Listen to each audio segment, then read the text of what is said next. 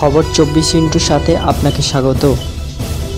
নতুন নতুন খবর জানার জন্য আমাদের চ্যানেলে চোখ রাখুন।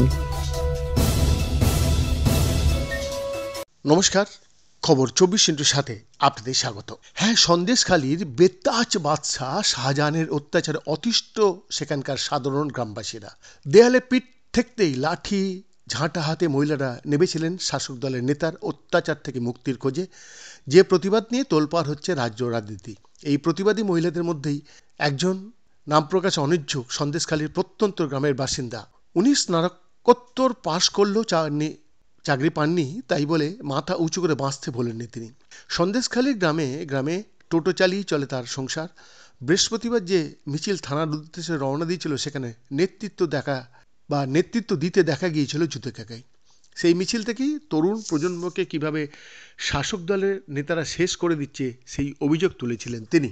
সন্দেশখালীর শাসকের অত্যাচারের একটি অজানা দিক তুলে ধরেছেন জুতিকা। জমি কেড়ে নেওয়া, নিগ্রহের পাশাপাশি শাসক তরুণ প্রজন্মকে কিভাবে শেষ করছে সে বিষয়ে জুতিকা বলেছিলেন। ছোট ছোট ছেলেদের ডেকে বলছে রাজনীতি করতে হবে, রাজনীতি না করলে ভাত পাবি না, এইসব বলে হাতে মদের বোতল আর বন্দুক ধরিয়ে দিচ্ছে। বলছে বাবাকে মার, মাকে মার। রবীন্দ্রভারতী বিশ্ববিদ্যালয় থেকে উনি ইতিহাসের স্নাতক, কিন্তু চাকরি পাননি, কিন্তু লড়াইও ছাড়েননি। হাতে তুলে নিচ্ছেন স্টিয়ারিং। টোটো এবং পরিবারের স্টিয়ারিং এখন জুতিকার হাতে। এই জুতিকাকেই গত পঞ্চায়েত ভোটে প্রার্থী হওয়ার প্রস্তাব দিয়েছিল শাসক দল তৃণমূল। যে পদে টিকিট পাওয়ার জন্য রাজ্যে হিংসার ঘটনা কম ঘটেনি, সেটাও হেলায় ফিরিয়েছিলেন জুতিকা। কেন ফিরিয়েছিলেন তাও জানিয়েছেন তিনি। বলেছেন, কিছু তো একটা করছি, সেটা সৎ পথে করছি, এটাই আমার কাছে বড় ব্যাপার।